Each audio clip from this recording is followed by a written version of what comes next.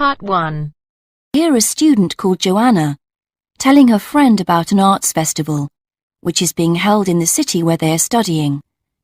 First, you have some time to look at questions 1 and 2.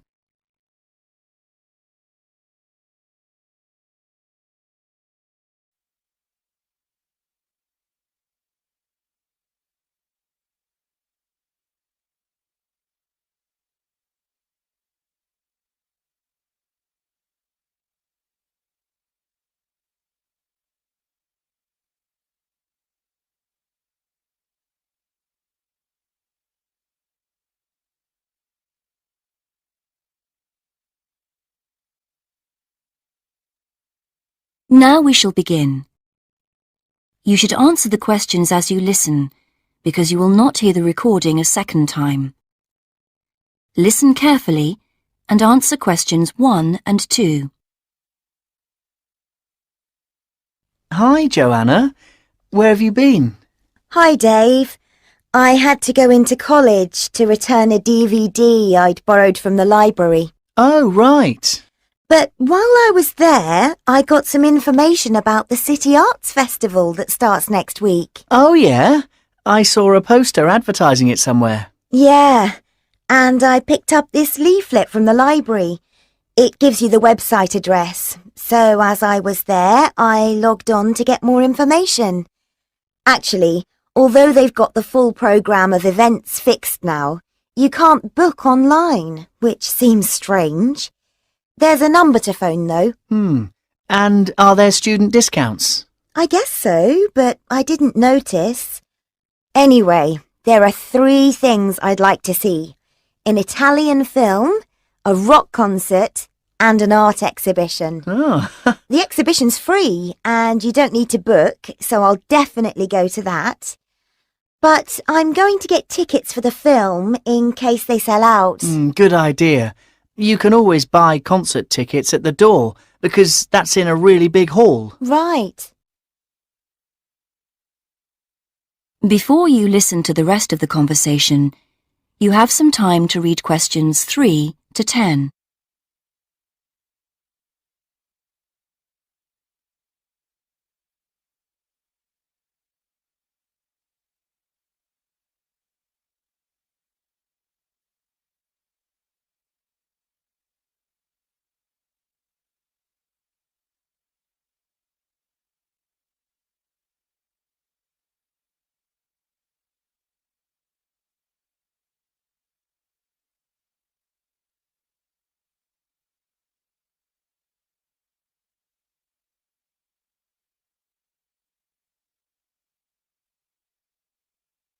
Now listen and answer questions 3 to 10. So, when does the festival actually start? Well, it's usually held the first week of October, but it's earlier this year for some reason. The opening night is September the 20th, and events go on till the end of the month. And have you got that phone number? Yeah, it's here. Look, it's 0967 990 776. OK, I'll write it down. 0967 990 776. Thanks. I thought the local council made a profit from the festival, but it says here that there's a commercial sponsor. It's a local bank. I didn't know that. Neither did I. What other events have they got on? As well as the art exhibitions and stuff that's open every day, there are special events each day. Like on Monday, there's a musical in the City Hall. That's only £3.65 for students. I think I'll give that a miss. I've got football training on Mondays, but I'm free on Wednesday. There's a jazz band on then, and that's only £2.50 for students. Sounds good. Is that in the City Hall too? We could go. Well, I'm busy actually, but it's at the sports centre if you're interested. Oh, right. Thursday's the cheapest event, Only £1.25 for students, and it's on in the library. Can you guess what it is? Probably the college choir. Actually, no. They've not been asked, apparently. Oh. No, it's a poetry evening. Isn't there any modern dance on anywhere? On Friday. That's at the college. It's quite expensive, though. £15 for adults and £12.75 for students. Oh, yes, that is a lot. If I'm going to spend that much, I'd prefer to go out on Saturday. Yeah, me too. But on Saturday night, there isn't live music or a party or anything. Just the fireworks in the city park. And that's only £1.50. Yeah, that'd be good. That is the end of part 1. You now have half a minute to check your answers.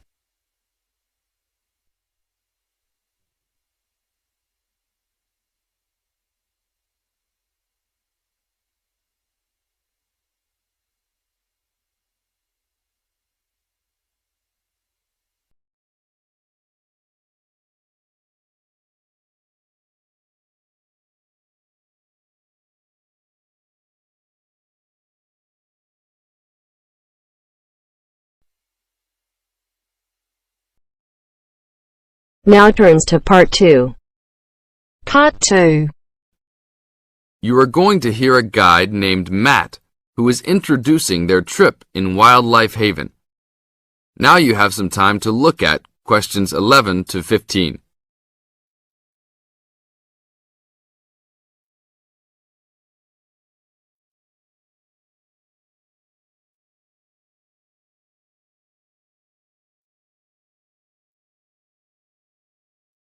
Now listen to the first part of the introduction carefully and answer questions 11 to 15.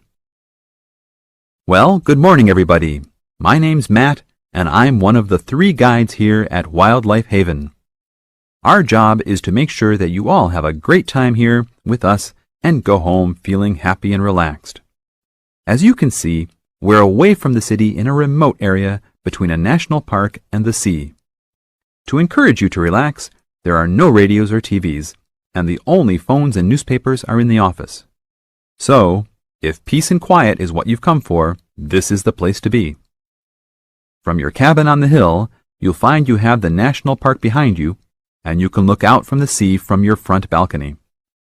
Your luggage will be unloaded from the bus and taken to your rooms in a few minutes.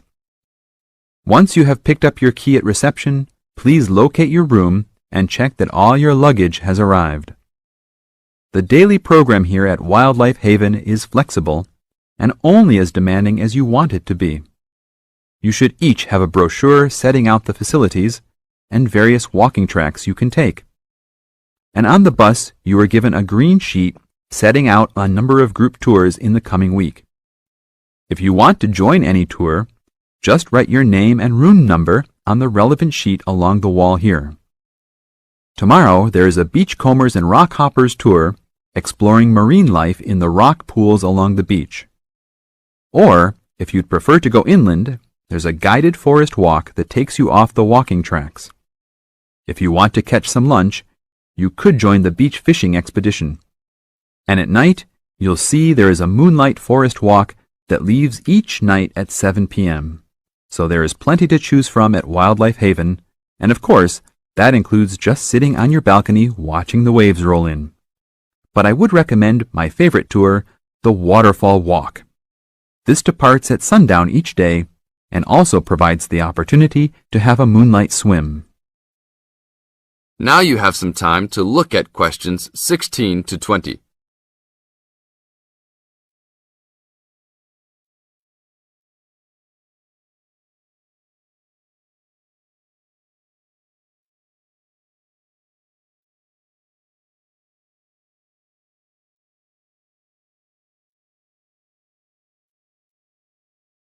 In the second part of the introduction, you are going to get some advice from Matt.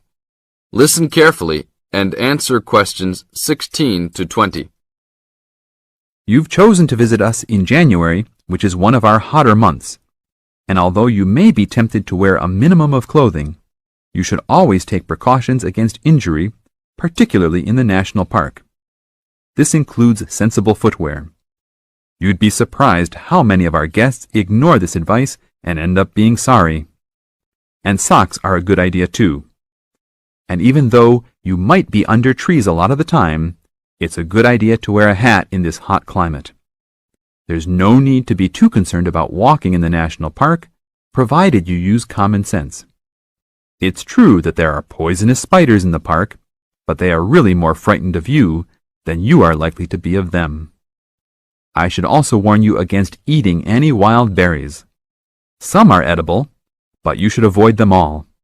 We'll provide all the food you can eat. Well, that's about all for now. Dinner is from 6 to 8 p.m. in this building.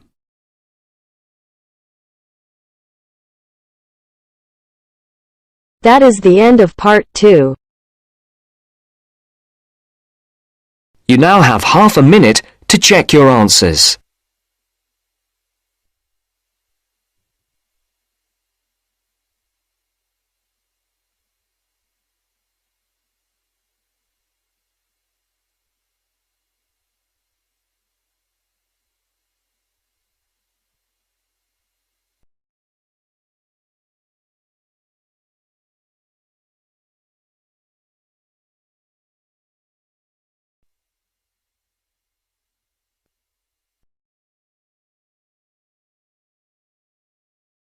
Now turns to part 3.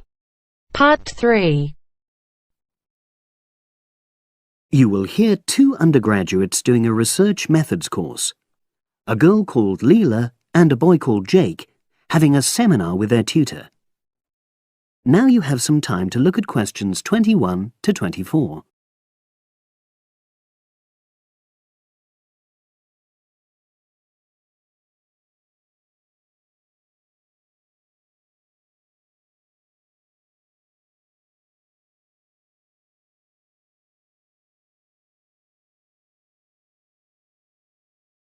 Now listen and answer questions 21 to 24.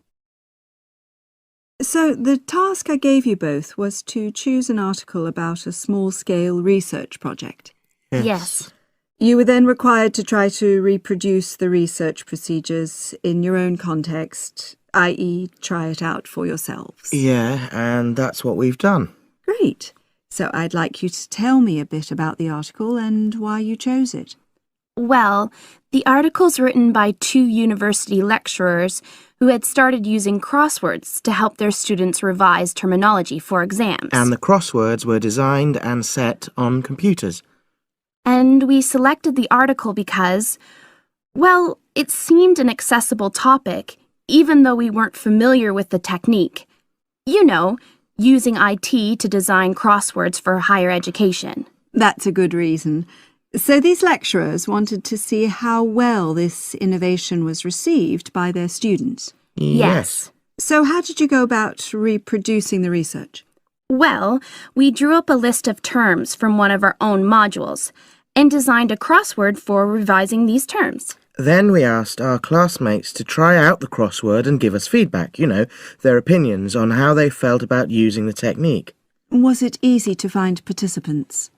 It wasn't easy at first, but then we convinced them that by taking part in the research, they were actually benefiting themselves by preparing for an exam, which is coming up later this term. And it worked. Good. So how did you find out what the students thought about doing the crosswords? A questionnaire. The original article used a 2-page long questionnaire. There were lots of excellent questions on it, but the whole section on difficulties using IT is now obsolete. Old-fashioned even though it had only been written a couple of years ago. So you designed a shorter version? Yeah.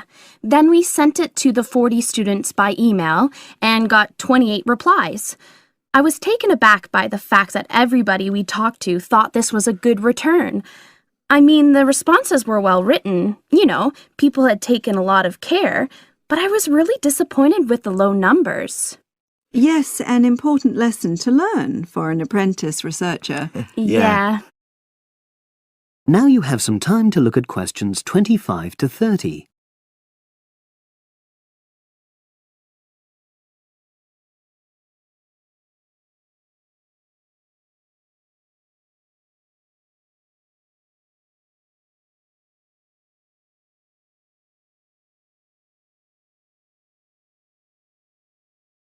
Now listen and answer questions 25 to 30. So what results did you get? Well, basically, the responses were extremely positive. The students said that doing the crossword on a computer helped them really focus on the work in hand and not be distracted, which is something that commonly happens with other ways of doing revision. Yeah, that was really clear. But something that struck me was that having fun hardly featured in their responses, nor did anything to do with spelling of hard words, which I thought would be an obvious benefit. No? Okay. Respondents also said that doing the crossword hadn't really increased their general motivation to study, but that it had highlighted the gaps in their memory so they knew what further work was necessary. Right. So how did your findings tally with those of the original researchers? There were lots of similarities, but... There were probably two main differences. We found that more males than females liked the technique, whereas the original study found the reverse. Also, our respondents said they wouldn't mind doing a crossword as a final official exam, whereas in the original study, students said they would hate doing it even if it meant having a shorter test. But of course, both sets of respondents said they'd be interested in doing more crosswords for informal purposes, revision, and so forth. Right. So let's have a think about the whole project and what you've learned from doing it. Well, it was very time-consuming. Yeah, and I don't think we managed that aspect very well. It could have been worse. I mean, we didn't have a lot of data, so we didn't have to spend ages processing it. And of course, we'd already done a course on numerical data processing, so there wasn't much new there. Yeah, that's true. Anyway, I think we designed our questions well so that they gave us manageable data. Yeah, it really helped having the original study to guide us, as it were. And that helped us to see what a good research instrument is. What a good questionnaire should be like. Absolutely. We got a lot from that. But when we were writing up the project, I'm not sure whether we'll know how to acknowledge the work of the original study. You know, our referencing. No, that's something we'll both have to work on in the future. Actually, that part's been great. Finding ways to share and support another person. That's the real plus from the project, learning ways to do that. Well, it's obviously been very successful.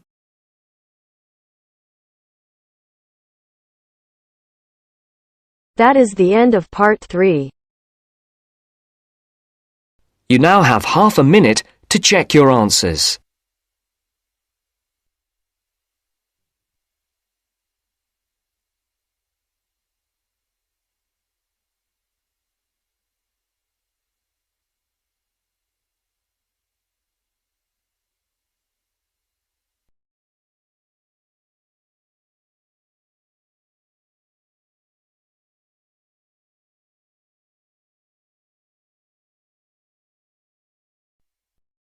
Now turns to part 4. Part 4. In this section, you'll hear a lecture on coral reef. First, you have some time to read questions 31 to 40.